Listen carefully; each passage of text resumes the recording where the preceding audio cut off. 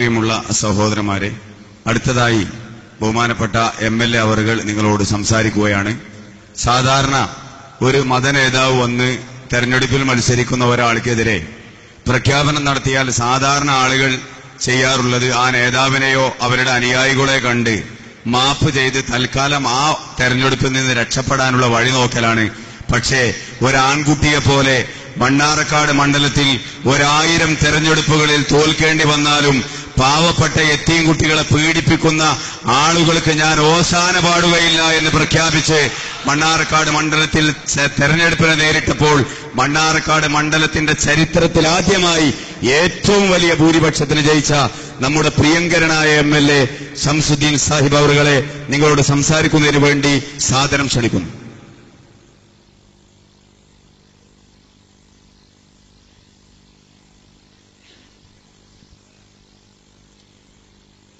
മഹത്തായ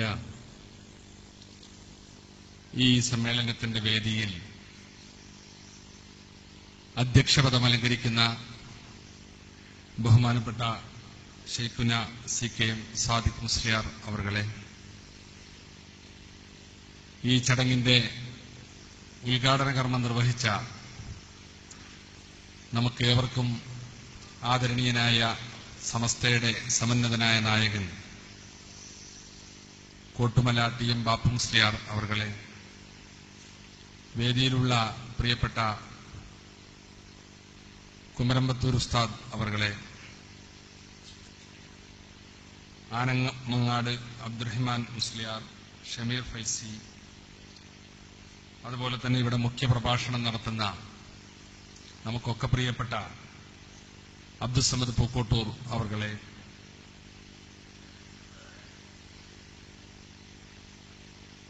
പ്രിയങ്കരനായ നാസർ ഫൈസി കൂടത്തായി,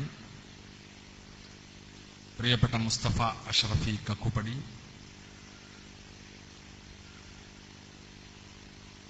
വേദിയിൽ ധാരാളം പണ്ഡിതന്മാരും ഇവിടെ ഈ ചടങ്ങിന് നേതൃത്വം നൽകുന്ന കബീർ അൻവരിയും അതുപോലെ തന്നെ ഹബീബ് ഫൈസി കോട്ടോപ്പാടവും തുടങ്ങിയ ഇതിന്റെ മുഖ്യ സംഘാടകരും, അതുപോലെ തന്നെ പ്രിയങ്കരനായ അഡ്വക്കേറ്റ് TA സിദ്ദീഖ് അവർകളും ഫായിദ ബഷീറും കല്ലടി അബൂബക്കർ ഉൾപ്പെടെയുള്ള സലാം മാസ്റ്റർ ഉൾപ്പെടെയുള്ള നേതാക്കന്മാരും ഒക്കെയുണ്ട്. എല്ലാവരുടെയും പേരുകൾ പറയുന്നില്ല. വേദിയിലുള്ള നമ്മുടെ സാബിഖ് അലി ശിഹാബ് തങ്ങൾ ഉൾപ്പെടെ സയ്യിദ്മാർ, ബഹുമാന്യനായ നമ്മുടെ ജില്ലാ പ്രസിഡന്റ് കരീം സാഹിബ്, അതുപോലെ തന്നെ തങ്ങൾ,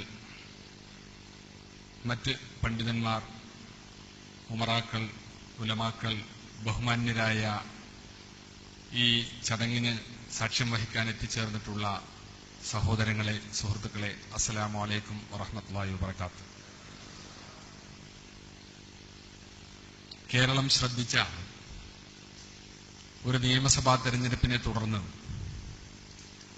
മണ്ണാർക്കാട് SKSSFന്റെ ആഭിമുഖ്യത്തിൽ ഇത്തരമൊരു വിശദീകരണ സമ്മേളനം നടത്തേണ്ടി വന്നതിന്റെ സാഹചര്യങ്ങളെ സംബന്ധിച്ച് നമുക്കൊക്കെ അറിവുള്ളതാണ്. മണ്ണാർക്കാട് ഇതിനു മുമ്പും തെരഞ്ഞെടുപ്പുകൾ നടന്നിട്ടുണ്ട്. ആ തെരഞ്ഞെടുപ്പുകളിൽ ഏതെങ്കിലും ഒരു മുന്നണി ജയിച്ചിട്ടുണ്ട്.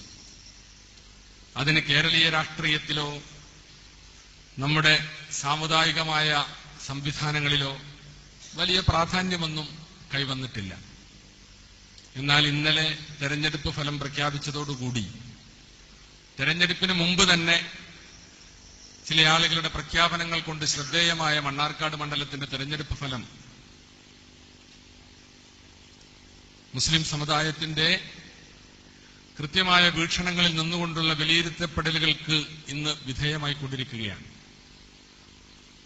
മുസ്ലിം സമുദായം മാത്രമല്ല, അങ്ങനെ ഒരു പ്രഖ്യാപനത്തിന്റെ പേരിൽ ഈ മണ്ണാർക്കാട് മണ്ഡലത്തിലെ, അതോടൊപ്പം മണ്ണാർക്കാട് മണ്ഡലത്തിന് പുറത്തുമുള്ള എല്ലാ ജാതിമത വിഭാഗങ്ങളും, എല്ലാ സഹോദര സമുദായങ്ങളും ഏറെ അമർഷത്തോടും പ്രതിഷേധത്തോടും കൂടി കണ്ട ഒരു പ്രഖ്യാപനമായിരുന്നു അത് എന്ന് നിങ്ങൾക്കറിയാം. ഇവിടെ നമുക്കറിയാം മണ്ണാർക്കാട് അസംബ്ലി നിയോജക മണ്ഡലത്തെ സംബന്ധിച്ചിടത്തോളം എന്നും കേരളം ആര് ഭരിക്കുന്നോ അവർക്കൊരു മെമ്പറെ കൊടുക്കുന്ന ഒരു പതിവ് ശൈലിയാണ് മണ്ണാർക്കാട് അസംബ്ലി നിയോജക മണ്ഡലത്തിനുള്ളത്. കേരളം UDF ഭരിക്കുമ്പോൾ UDF ഒരു മെമ്പറെ കൊടുക്കും. കേരളം LDF ഭരിക്കുമ്പോൾ LDF ഒരു മെമ്പറെ കൊടുക്കും. കേരള ഭരണം പോലെ തന്നെ മാറി മാറി വരുന്ന LDF UDF ജനപ്രതിനിധികളാണ് മണ്ണാർക്കാട് ഇന്നേ വരെ കഴിഞ്ഞ ഒരു 1/4 നൂറ്റാണ്ടിന്റെ ചരിത്രം പരിശോധിക്കുമ്പോൾ നമുക്ക് കാണാൻ സാധിക്കുന്നു. അതുപോലെ തന്നെ കഴിഞ്ഞ പഞ്ചായത്ത് തെരഞ്ഞെടുപ്പിനൊക്കെ ശേഷം ഉണ്ടായിട്ടുള്ള ചില പ്രത്യേകമായ സാഹചര്യങ്ങൾ ഒക്കെ ഉണ്ടല്ലോ. അപ്പൊ അതെല്ലാം നമ്മുടെ മുമ്പിലുണ്ട്, ആ രാഷ്ട്രീയ ചിത്രങ്ങൾ. ആ ഒരു സാഹചര്യത്തിൽ കേരളത്തിൽ ഇന്നുണ്ടായിട്ടുള്ള തെരഞ്ഞെടുപ്പ് വിധിയുടെ പശ്ചാത്തലം നമുക്കറിയാം. ഒരു ഇടതുപക്ഷ ആഭിമുഖ്യമുള്ള തെരഞ്ഞെടുപ്പ് ഫലമാണ്. അതിന്റെ കാര്യകാരണങ്ങൾ രാഷ്ട്രീയ പാർട്ടികളും മുന്നണികളും ഒക്കെ വിലയിരുത്തേണ്ടതും അത് പറയേണ്ടതുണ്ട്. അത് ബന്ധപ്പെട്ടവർ പറയട്ടെ. നമ്മൾ നമ്മുടേതായ വീക്ഷണകോണിൽ നമുക്കത് വിലയിരുത്താം. എന്നാൽ അതൊക്കെ വരുന്നതിന് മുമ്പ് കേരളം ഇടതുപക്ഷത്തേക്ക് ചെരിഞ്ഞിട്ടും സ്വാഭാവികമായും അത്തരമൊരു ചായ്വ് കാണിക്കേണ്ട ഈ സന്ദർഭത്തിലും മണ്ണാർക്കാട് നിയോജക മണ്ഡലം അതിൽ നിന്ന് ആ തെരഞ്ഞെടുപ്പിന്റെ ചായ്വിന് വിപരീതമായി നിന്നുകൊണ്ട് അതിശക്തമായ ഒരു ജനവിധി ഉയർത്തിവിട്ടതിന്റെ പിന്നിൽ ഇവിടെ ജനാധിപത്യത്തെ കശാപ്പ് ചെയ്യാൻ, ജനഹിതങ്ങളെ അട്ടിമറിക്കാൻ ചിലർ നടത്തിയ ശ്രമങ്ങളോടുള്ള പ്രതിഷേധമാണ് ഈ തെരഞ്ഞെടുപ്പിലൂടെ പ്രകടമായിട്ടുള്ളത് എന്ന് നമുക്ക് കാണാൻ സാധിക്കും. ഇവിടെ നമുക്കറിയാം, ഇവിടുത്തെ ഒരു ജനപ്രതിനിധി എന്ന നിലയിൽ 5 കൊല്ലക്കാലം എല്ലാ വിഭാഗം ജനങ്ങളോടും സൗഹാർദ്ദത്തോടുകൂടി എല്ലാ മേഖലകളിലും വികസനം എത്തിച്ചുകൊണ്ടും എല്ലാവരോടും ഒരു ജനപ്രതിനിധി എന്ന നിലയിൽ പ്രവർത്തിച്ചുകൊണ്ടുമാണ് ഞങ്ങളുടെ പ്രവർത്തനമായിട്ട് മുന്നോട്ട് പോയത്. ഈ തെരഞ്ഞെടുപ്പ് വന്നപ്പോ ഈ തെരഞ്ഞെടുപ്പിൽ കേരളത്തിൽ നമുക്കറിയാം 140 അസംബ്ലി നിയോജക മണ്ഡലങ്ങളുണ്ട്. AP അബൂബക്കർ മുസ്ലിയാരുടെ നേതൃത്വത്തിലുള്ള വിഭാഗം പലപ്പോഴും തെരഞ്ഞെടുപ്പുകളിൽ വളരെ കൃത്യമായ പ്രഖ്യാപനങ്ങൾ നടത്താറുണ്ട്. അല്ലെങ്കിൽ തെരഞ്ഞെടുപ്പ് കഴിഞ്ഞാൽ പറയാറുണ്ട് ഞങ്ങൾ പിന്തുണച്ചവരൊക്കെ ജയിച്ചു എന്ന് പറയാറുണ്ട്. ഇപ്പോ ഇന്നലെയും അങ്ങനെയാണ് പറഞ്ഞത്. ഞങ്ങൾ പിന്തുണച്ച ആള് മണ്ണാർക്കാട് മാത്രമേ ജയിക്കാത്തുള്ളൂ, ബാക്കിയൊക്കെ ഞങ്ങള്. അപ്പൊ പിന്നെ സൗകര്യമുണ്ട്. ഈ തെരഞ്ഞെടുപ്പിൽ ഒരാളെ തോൽപ്പിക്കണമെന്നേ പറഞ്ഞിട്ടുള്ളൂ, ബാക്കി ആര് ജയിച്ചാലും അതിന്റെ ആള് നമ്മളാണ് എന്ന് പറയാം.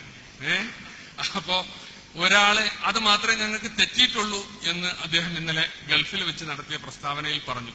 മണ്ണാർക്കാട്. അപ്പൊ അത് മാത്രമേ പറഞ്ഞിട്ടുള്ളൂ, ഒന്നേ പറഞ്ഞിട്ടുള്ളൂ, പറഞ്ഞത് തെറ്റിയിട്ടുണ്ട് അല്ലേ?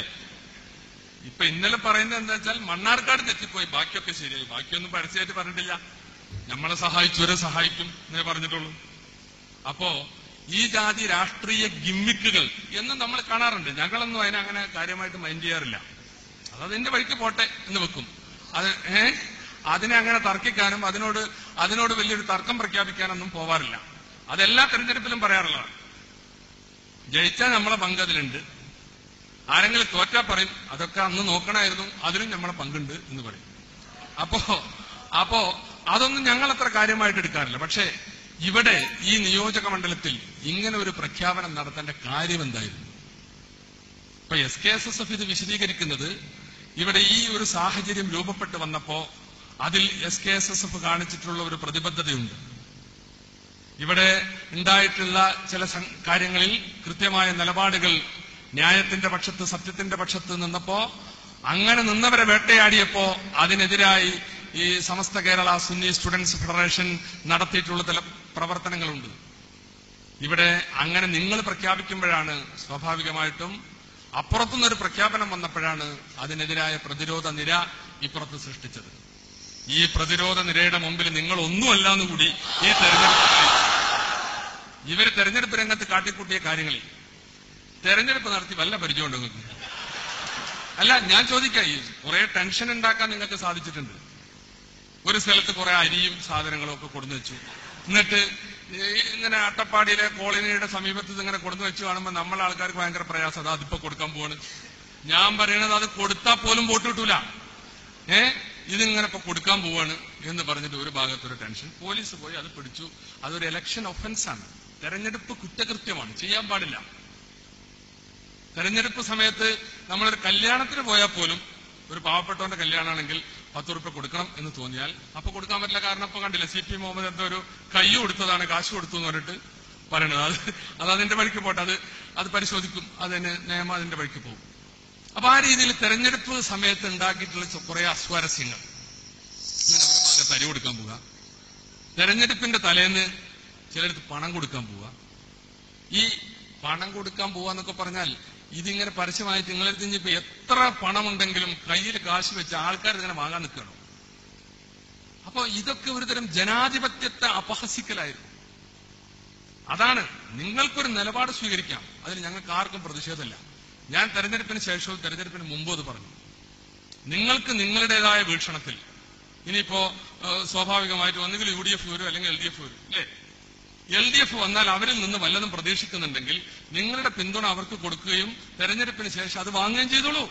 അത് മുമ്പും വാങ്ങിയിട്ടുണ്ടല്ലോ. പക്ഷെ അതിന് വേണ്ടാത്ത ഇത്തരത്തിലുള്ള വർത്തമാനങ്ങൾ പറയേണ്ടിയിരുന്നില്ല എന്നുള്ളതാണ് ഞങ്ങളുടെ കേസ്. അപ്പോ തെരഞ്ഞെടുപ്പ് കാലത്ത് ഇതുപോലെ ഒരുപാട് അസ്വസ്ഥതകൾ ഉണ്ടാക്കി. പിന്നെ പ്രാർത്ഥനകളെ വല്ലാതെ അപഹസിച്ചു. എത്രമാത്രം നാണം കെടുത്തി. ഇതര സമുദായ അംഗങ്ങൾ പോലും വാട്സപ്പിൽ ഈ സാധനം എനിക്കിങ്ങനെ കേൾപ്പിച്ചു തരാണ്. ഇതിങ്ങനെ ചെല്ലിയ എന്തെങ്കിലും ഉണ്ടാവുമോ എന്ന് ചോദിച്ചിട്ട്. അല്ല, സത്യത്തിൽ അതല്ല, നമുക്കൊക്കെ ഒരു വിശ്വാസമുണ്ട്, അതില് നന്മയും തിന്മയും അള്ളാഹുവിന്റെ പക്കൽ നിന്നാണ്. അത് നമ്മുടെ ജീവിതത്തിൽ വിധിച്ചു നോക്കാൻ നമുക്കുണ്ടാവും. അതാണല്ലോ വിശ്വാസത്തിന്റെ ഏറ്റവും സമന്നതമായ സ്ഥാനം എന്ന് പറയുന്നത്. എന്നിട്ട് ഈ ചെറിയ പിഞ്ചു മക്കളെ കൊണ്ട് മാലയും മൗലൂദും ഒക്കെ ചെല്ലിച്ച് അതില് വളരെ അങ്ങ് മഹാപണ്ഡിതനാണ്, ഞാനൊരു പാവൽ. എന്നിട്ട് അങ്ങനെയുള്ള എന്റെ പേരതിൽ വരികയാണ്.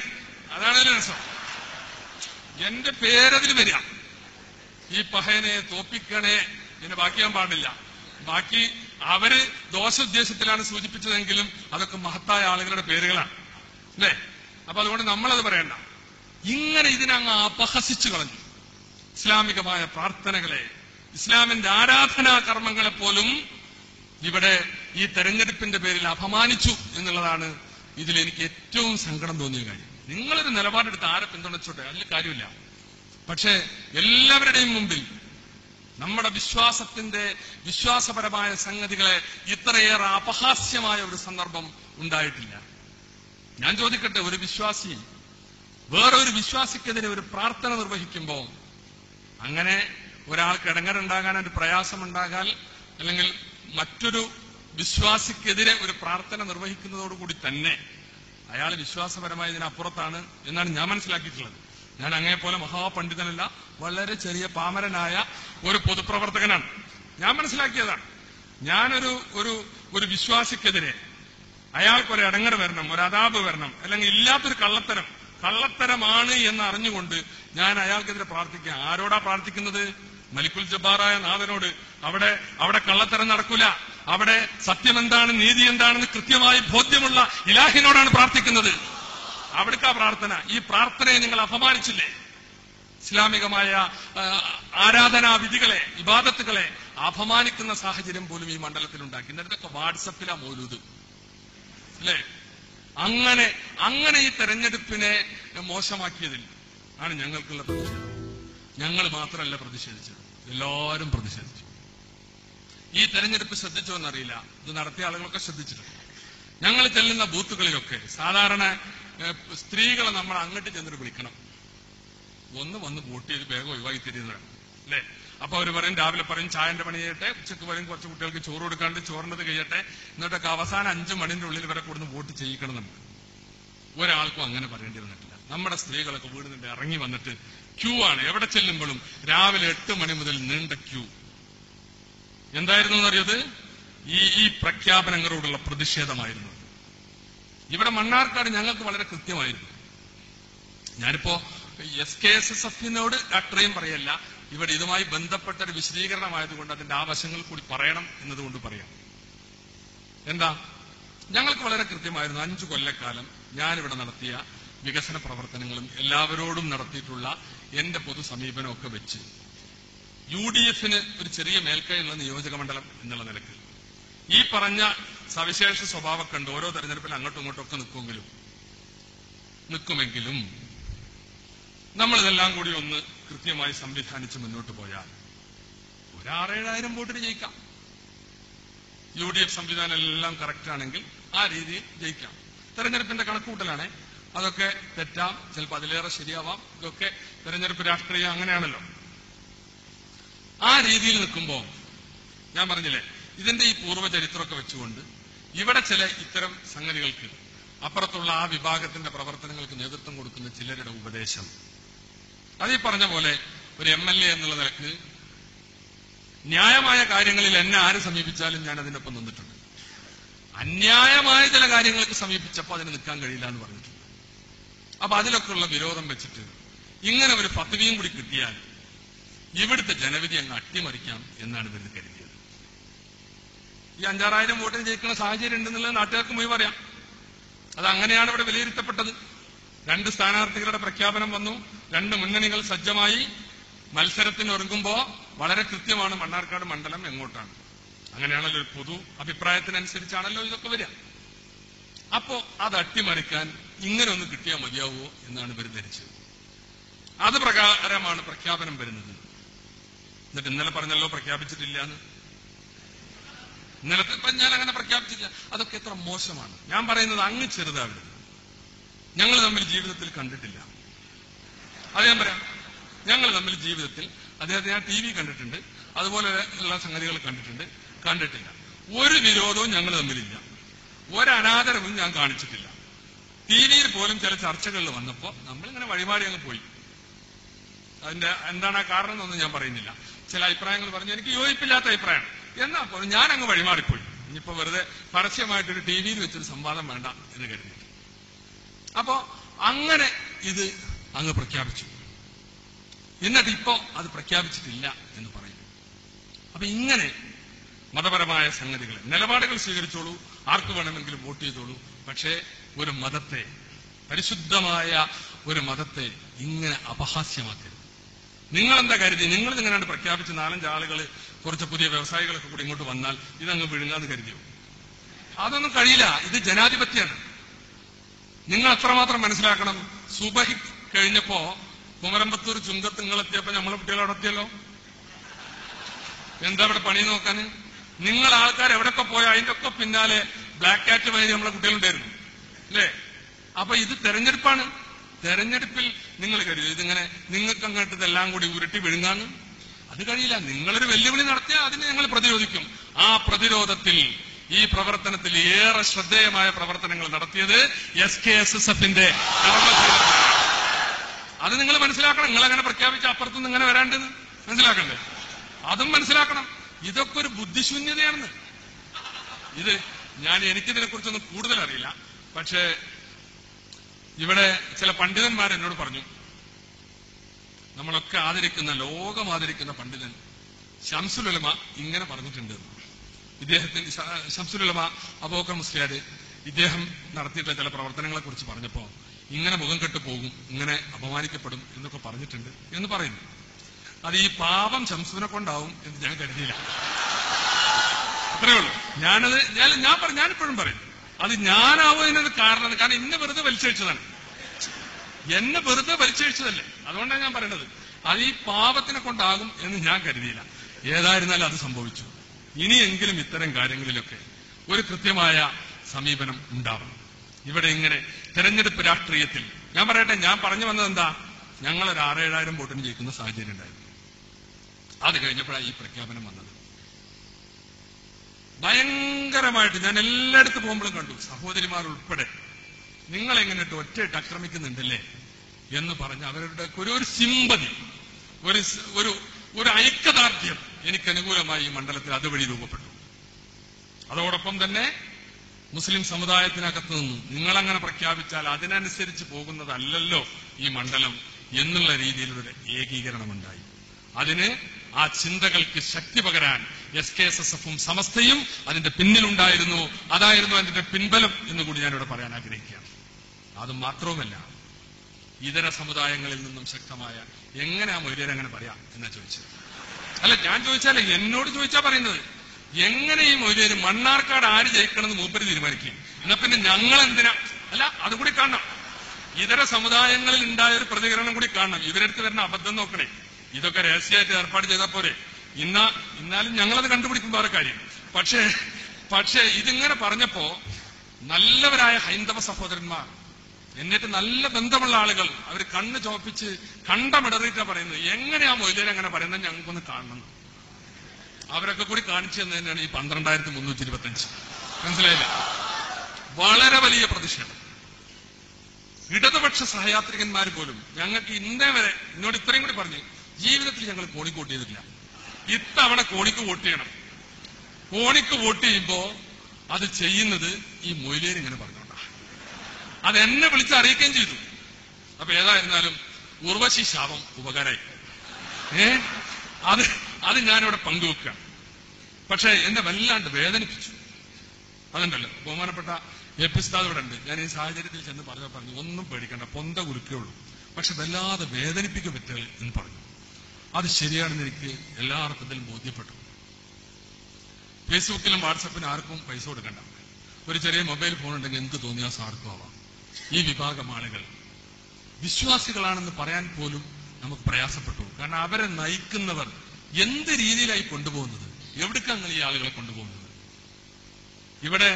ഇവിടെ വിശ്വാസപരമായി ലാ ഇലാഹ ഇല്ലല്ലാഹ് മുഹമ്മദ് റസൂലുള്ളാഹ് അത് കഴിഞ്ഞിട്ടല്ലേ ബാക്കിയൊക്കെ ഉള്ളൂ. അതിനേക്കാളും ഒക്കെ ഉപരി ഒരുതരം ഭ്രാന്തമായ ആവേശത്തിൽ, ഞാൻ ആ അണികളെ കുറ്റപ്പെടുത്തുന്നില്ല, ഒരുതരം ചാവേറുകൾ, ഒരുതരം ഹിസ്റ്റീരിയ ബാധിച്ചതുപോലെ ഇതിന്റെ പിന്നാലെ ഇങ്ങനെ പോവാണ്. അല്ല, അവരെ തിരുത്തണം.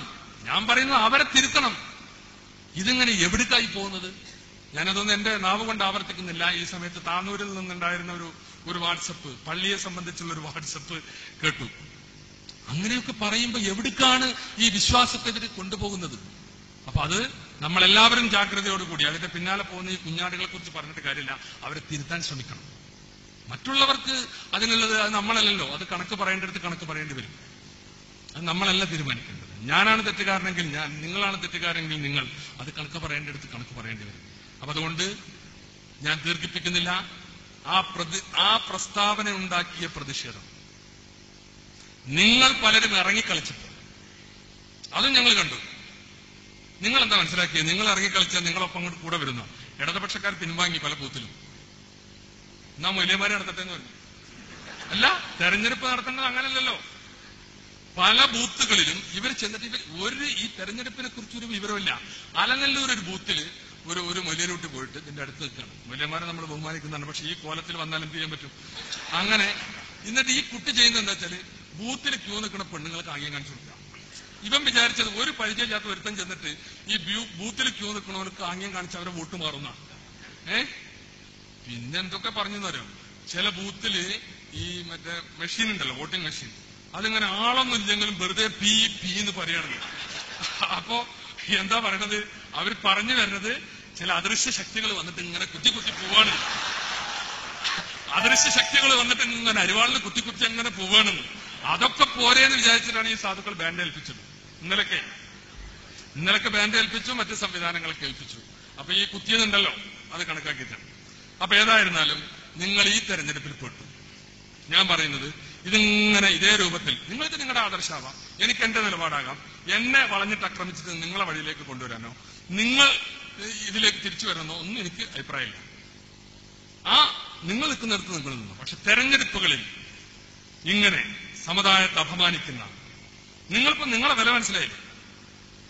നിങ്ങളുടെ വില നിങ്ങൾക്ക് മനസ്സിലായില്ലേ? ഈ ജാതി പ്രഖ്യാപനങ്ങളൊക്കെ നടത്തി സ്വയം അപഹാസ്യരാവാതിരിക്കുക. ഒരു ഉമ്മത്ത് എന്നുള്ള നിലയിൽ സഹകരിച്ചു പോകേണ്ടവരാണ്. പക്ഷേ അതിലില്ലാതെ ഈ അണികളെ മുഴുവനും ഇങ്ങനെ ഭ്രാന്തമായ ആവേശത്തിൽ പരസ്പരം സമൂഹത്തിൽ കുഴപ്പങ്ങൾ ഉണ്ടാക്കാനും പ്രശ്നങ്ങൾ ഉണ്ടാക്കാനുമായിട്ട് ഇറക്കി വിടാതിരിക്കുക. പിന്നെ ഇവിടെ ഉണ്ടായ സംഭവങ്ങളൊക്കെ എല്ലാവർക്കും അറിയുന്നതാണ്. ഇവർ പ്രചരിപ്പിച്ചത് മുഴുവനും ഈ മണ്ഡലത്തിനപ്പുറത്ത് രണ്ട് കുടുംബങ്ങൾ തമ്മിൽ നടന്നൊരു സംഘട്ടനം. അതവിടെ അങ്ങനെ ഒരു സംഘട്ടനം ഉണ്ടായി. ആ സംഘട്ടനത്തിൽ ദാരുണമായി 2 ആളുകൾ കൊല്ലപ്പെട്ടു. അതിന്റെ വിശദാംശങ്ങളൊക്കെ വേറെ ചർച്ച ചെയ്യേണ്ടതാണ്. എങ്ങനെ അങ്ങനെ ഒരു സാഹചര്യം ഉണ്ടായി, എങ്ങനെയാണ് ആ സംഘട്ടനം ഉണ്ടായത്, അതൊക്കെ അതിൽ പോലീസ് കൃത്യമായി അന്വേഷിച്ചു. അതിൽ പ്രതികളെ പോലീസ് അറസ്റ്റ് ചെയ്തു. എന്താ പ്രസംഗം? അറസ്റ്റ് ചെയ്ത പോലീസുകാരെ പ്രതികളെ ഞാൻ വിളിക്കുക, അപ്പൊ വിളിച്ച് തിരിച്ചു വിടുക എന്നാ പറഞ്ഞത്. കൊലക്കേസിലെ പ്രതികളെ അങ്ങനെ ആരെങ്കിലും വിളിച്ചു പറഞ്ഞ വിടുവോ?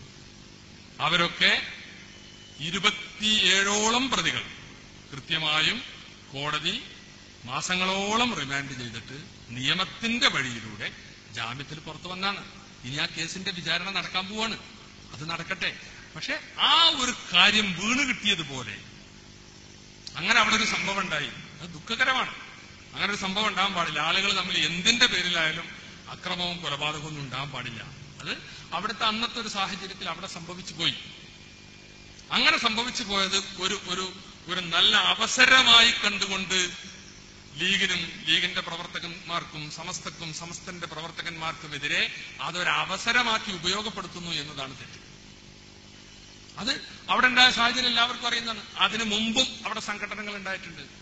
ആ രണ്ട് വിഭാഗങ്ങൾ തമ്മിലുള്ള കുടിപ്പകക്ക് വർഷങ്ങളുടെ പഴക്കവും പാരമ്പര്യവുമുണ്ട്.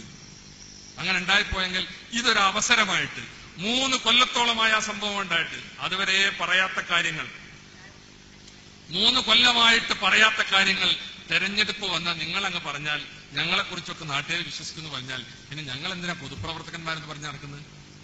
ആ സംഭവം എന്താണെന്ന് ഈ നാട്ടുകാർക്കറിയാം, മണ്ണാർക്കാട്ടുകാർക്കറിയാം. ഞാൻ എന്താണെന്നും മണ്ണാർക്കാട്ടുകാർക്കറിയാം. സംഘർഷവും സംഘട്ടനവും അക്രമവും അതൊക്കെ ഇപ്പൊ ചിലപ്പോ ഒരു വലിയ പാർട്ടിയാകുമ്പോ ഒരു വലിയ സംവിധാനമാകുമ്പോ പലരും പല സ്വഭാവക്കാരായിരിക്കും. പക്ഷേ ഒരു ഘട്ടത്തിലും ഒരക്രമത്തെയും നമ്മളാരും പ്രോത്സാഹിപ്പിച്ചിട്ടില്ല, ഇനിയും പ്രോത്സാഹിപ്പിക്കുന്ന കാര്യമില്ല. അതിനൊക്കെ വിശ്വാസം തന്നെയാണ് നമ്മുടെ മുതൽക്കൂട്ട്. അക്രമം കൊണ്ട് ഒന്നും നേടാൻ കഴിയില്ല. അപ്പൊ അങ്ങനെയൊക്കെ ഒരു നിലപാടുകൾ ഉണ്ടെന്ന് മണ്ണാർക്കാട്ടുകാർക്ക് അറിയാം 5 കൊല്ലം കൊണ്ട്.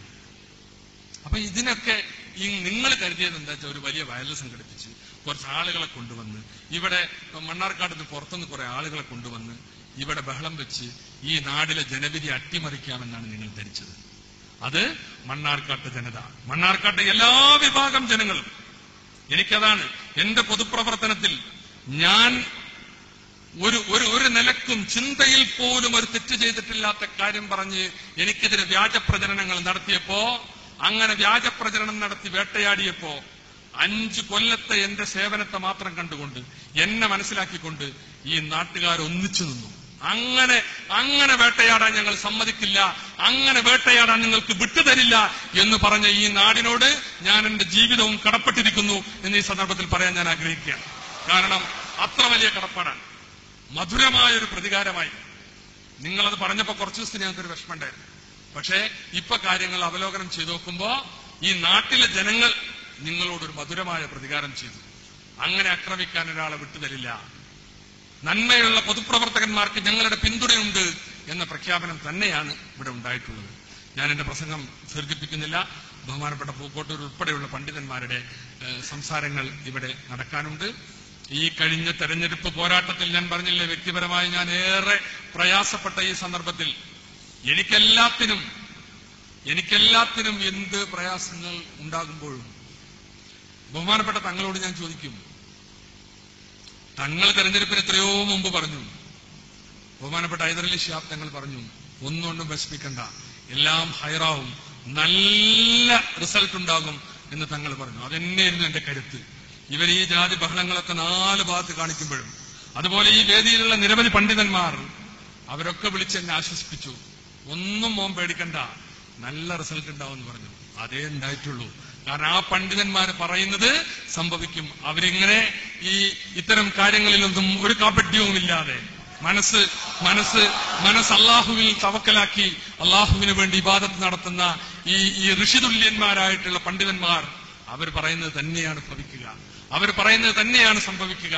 അവരുടെ അനുഗ്രഹം തന്നെയാണ് നമുക്കൊക്കെ വിജയത്തിലേക്കുള്ള വഴി. അത് മണ്ണാർക്കാടും തെളിഞ്ഞിരിക്കുന്നു എന്ന് മാത്രം പറഞ്ഞുകൊണ്ട് ഇങ്ങനെ ഈ തെരഞ്ഞെടുപ്പിൽ SKSSF എനിക്ക് വേണ്ടി ചെയ്തിട്ടുള്ള, നമ്മുടെ ഈ ഒരു ആദർശത്തിന് വേണ്ടി ചെയ്തിട്ടുള്ള പ്രഖ്യാപനങ്ങൾ, പ്രവർത്തനങ്ങൾ എല്ലാം വളരെ വലുതാണ്. എല്ലാ നിലക്കും പ്രതിരോധിച്ചു. നിങ്ങൾ ഒന്ന് ചെയ്യുമ്പോ അതിനെ മറിച്ചൊന്നുകൊണ്ട് പ്രതിരോധിച്ചു.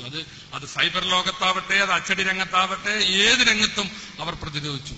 SKSSFനോടുള്ള കടപ്പാടും ഞാൻ ഈ സന്ദർഭത്തിൽ സമസ്തയുടെ നേതാക്കന്മാർ നൽകിയ അനുഗ്രഹങ്ങൾക്ക് ഞാൻ എന്റെ ജീവിതം കൊണ്ട് മറുപടി പറയും എന്ന് മാത്രമാണ് എനിക്ക് അവരോട് ഈ സന്ദർഭത്തിൽ സൂചിപ്പിക്കാനുള്ളത്. അപ്പൊ അങ്ങനെ ഒരു പ്രതിസന്ധി ഉണ്ടായപ്പോ എന്നെ സഹായിച്ച എല്ലാവരോടും ഹൃദയം തുറന്ന നന്ദി രേഖപ്പെടുത്തിക്കൊണ്ട് നിങ്ങൾക്ക് നമ്മുടെ ഈ എല്ലാ നല്ല പ്രവർത്തനങ്ങളും സർവശക്തനായ തമ്പുരാൻ വിജയിപ്പിക്കുമാറാവട്ടെ എന്ന് ആത്മാർത്ഥമായി പ്രാർത്ഥിച്ചുകൊണ്ട് ഞാൻ എന്റെ വാക്കുകൾ ഉപസംഹരിക്കുന്നു. വാഹിർ ദഹ്വാന അൽഹംദുലില്ലാഹി റബ്ബിൽ ആലമീൻ. അസ്സലാമു അലൈക്കും വറഹ്മത്തുള്ളാഹി.